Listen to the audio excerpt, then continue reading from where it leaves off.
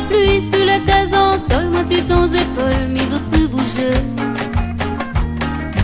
L'orage il peut péter. Vous n'avez pas pu le rater, le 3 janvier dernier, un cyclone est passé sur la Réunion. Si, rappelez-vous, c'est le jour où il y avait de la pluie, du vent, il y avait des radiers qui étaient fermés.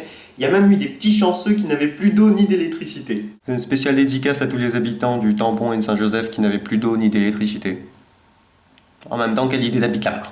Heureusement, on avait été prévenus en avance. Les gars de Météo France clamaient à qui voulait l'entendre depuis le 30 décembre qu'un cyclone allait passer sur la Réunion au début du mois de janvier. Juste pour fêter la nouvelle année. Plus efficace que les Mayas et leur calendrier, les gars de Météo France et leur image satellite. Par contre, les gars, va falloir m'expliquer, c'est quoi ce prénom de cyclone? Dumile. Pardon. Doumilé. C'est moche, c'est nul, c'est zéro comme nom de cyclone ça. Et quand je regarde la liste des autres prénoms qu'on aura cette année, je me dis, mais je veux pas voir la gueule des prénoms de vos enfants quoi. On aura droit du Haruna, du Félingue, du Guyane et du Luciano. Ouais, c'est vrai que Luciano, c'est peut-être un prénom commun à Saint-Joseph. Durant tout le passage du cyclone, on a été très bien rassurés. On a eu pas mal d'interventions de notre nouveau préfet, monsieur Jean-Luc Marx.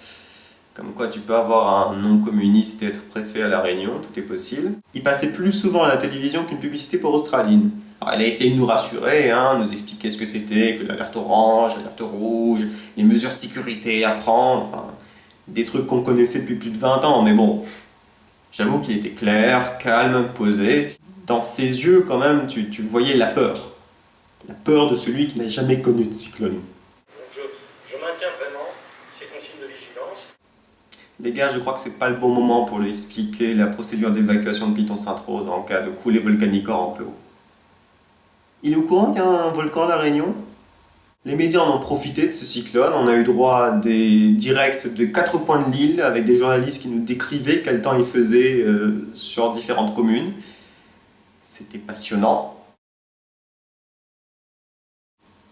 Vraiment passionnant. Après, on avait aussi des auditeurs de radio qui appelaient pour dire aussi quel temps il faisait chez eux. Là encore, c'était passionnant. Ouais, moi j'habite Saint-Gilles et il voulait dire que ici la pluie tombe et le vent il souffle. Ouais, moi j'habite Tampon et il voulait juste dire que ici la pluie tombe et le vent il souffle aussi.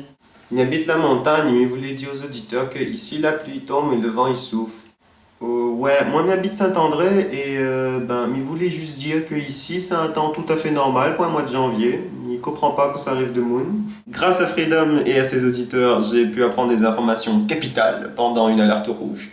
Le pied banane de Madame Moirot a été déraciné à cause du vent.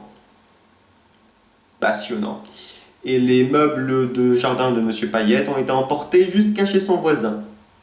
En tant que Réunionnais, on est préparé et habitué au cyclone, donc on avait fait des provisions en cas de coupure d'eau et d'électricité. Moi qui m'étais promis après les fêtes de plus jamais rentrer dans un centre commercial, mes provisions pendant le cyclone se sont limitées à du pain mie et une boîte de thon. Paye ta diète pendant le cyclone. Dans les supermarchés, après la guerre pour acheter la dernière tranche de foie gras avant Noël, on a eu des conflits pour acheter le dernier pack de l'eau avant l'alerte rouge. Ou comment deux femmes est capable graphine azotane et l'autre uniquement pour acheter une bouteille de l'eau que je ne sais de toute façon pas boire parce qu'on n'aura pas de coupure d'eau dans notre commune. Le plus difficile en fait quand on est bloqué haute case pendant l'alerte rouge, c'est de pouvoir trouver l'occupation.